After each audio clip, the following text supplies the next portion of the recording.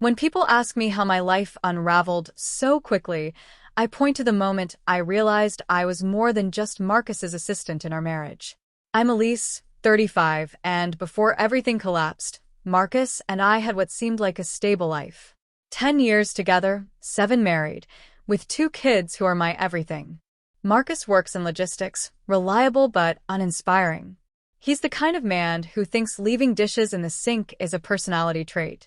I manage customer relations for a mid-sized firm, nothing flashy, but when they offered me a 6-week project in London, I grabbed it. The chance to escape our routine felt like a lifeline. My boss, Nathan, had been overseeing my work for 3 years. Mid-40s, sharp dresser, the kind of guy who owns every room he enters. The first week in London was intense, long meetings, tight deadlines, and jet lag that wouldn't quit. But Nathan started making small gestures, saving me a spot at the table, praising my contributions in front of clients. It felt good to be noticed. Back home, Marcus's nightly calls were filled with mundane updates, work gripes, reminders about school pickups. I'd listen, but my mind was on Nathan, who treated me like a partner, not a scheduler. By the second week, Nathan suggested dinner after a grueling day. I agreed, tired of hotel sandwiches and loneliness.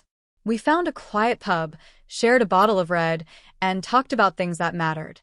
He asked about my ambitions, my frustrations, what I wanted beyond the daily grind.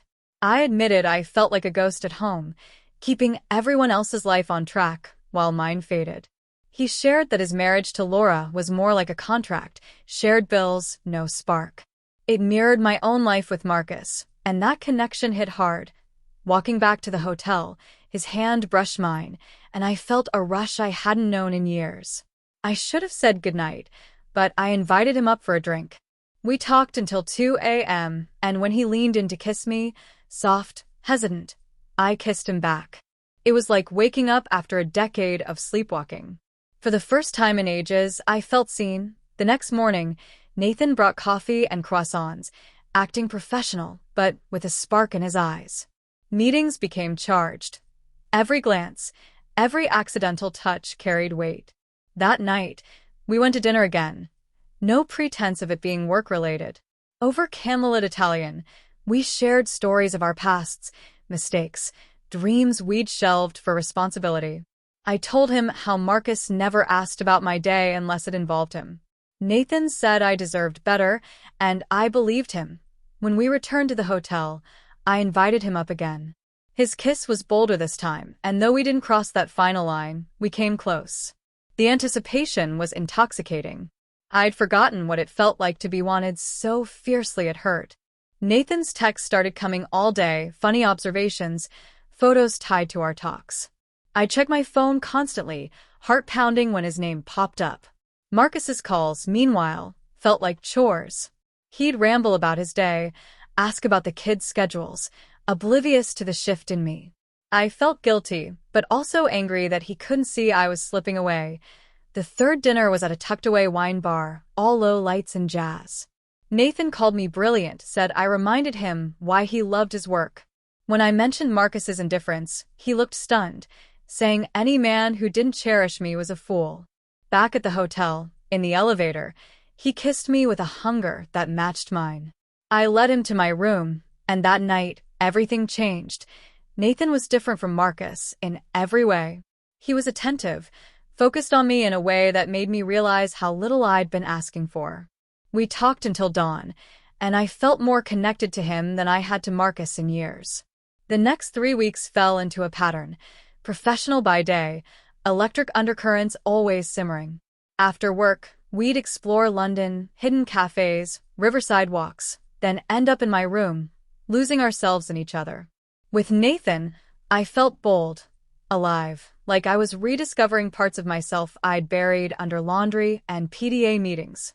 Things Marcus had wanted over the years, things I'd resisted, felt natural with Nathan. He made me feel like I was more than a wife or mother. Marcus's calls became interruptions. I'd cut them short, claiming exhaustion, just to talk to Nathan. Lying got easy. I'd tell Marcus about dull work dinners when I'd been laughing with Nathan over cocktails, or fake conference details when we'd spent afternoons wandering galleries. I told myself it wasn't hurting anyone. I deserved this. The final night in London, Nathan and I stayed up, desperate to hold on to what we had. We talked about what came next. He said he'd never felt this way, that I'd changed him. I wanted to believe we could make it work, but reality loomed. Kids, Marcus, Nathan's wife. On the flight home, we sat apart, barely acknowledging each other. I stared out the window, dreading the return to my old life. Seeing Marcus and the kids at the airport was jarring. Marcus hugged me like he'd missed me. The kids chattered about school, but I felt like an actor in someone else's story. At home, I threw myself into being the perfect mom, baking, park trips, trying to convince myself it was enough. But Nathan's texts kept coming, saying he missed me, couldn't forget our time together. I'd sneak away to reply, heart racing, knowing I should stop but unable to. Everything about my marriage felt wrong now. Marcus's half listening, his assumption I'd handle everything, bills, kids' schedules, grated on me. He never asked what I wanted, never noticed I was unraveling. 2 weeks in, Nathan called while Marcus was at work. His voice brought back every feeling from London. He said he was thinking of leaving Laura, that we were too important to let go. I wanted to agree, to run away with him, but I told him we had to stop. It didn't work. I missed who I was with him, confident, desired, alive. A month later, during another logistics talk with Marcus, schedules, car repairs, I snapped. I asked if he ever thought about anything deeper, if he noticed I was lonely. He looked confused, said I was overreacting. That night, I called Nathan. I told him I'd made a mistake, that I needed him. We planned to meet for lunch the next day. Seeing Nathan at a diner far from home was like breathing again. We talked for hours, picking up where we left off. Soon, we were meeting regularly, lunches, late-night calls. I told myself it was just friendship, but every moment was charged. Nathan got an apartment, supposedly for work, but it became our haven. I'd lie to Marcus about errands, spending hours with Nathan instead. I got reckless, staying out too long, buying clothes Marcus never saw, glowing from the thrill. My best friend noticed I seemed happier but distant. The guilt was there, but I was angrier that I had to hide who I'd become. I justified it all, even when our daughter got sick, and I left her with my sister to meet Nathan. Lying to my family for him should have stopped me, but I told myself I needed this to be a better mother. For months after London, the lies caught up. After an afternoon with Nathan, I came home to Marcus cooking, asking about my day. Something broke. That night, I told him I'd been unhappy for years, felt invisible. Then I confessed about Nathan. Marcus didn't yell. He went quiet, asking for details: when, where, how long. His calm was worse than anger. When I said I wasn't sure what I wanted, he said he needed time. The next day, he was gone before I woke up. When he returned, he handed me a list, a timeline of the affair, full access to my phone, and a demand to tell Laura. He also wanted DNA tests for the kids, which stung. Our daughter looks just like him. He said he couldn't trust anything anymore. Writing the timeline was agony, every lie laid bare. Marcus read it like a lawyer, asking questions that exposed every betrayal. He gave me 48 hours to tell Laura, or he would. Telling her was brutal. She listened, then asked if I knew what I destroyed. She and Nathan had been in counseling trying to rebuild. Her anger at him made my guilt heavier. She called him, screaming, then reported him to HR for workplace misconduct. The fallout was fast.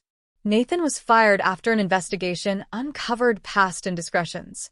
Marcus went through my emails, texts, finding receipts and photos that contradicted my stories. Each discovery was another blow. The DNA tests confirmed the kids were his, but he showed no relief, just exhaustion.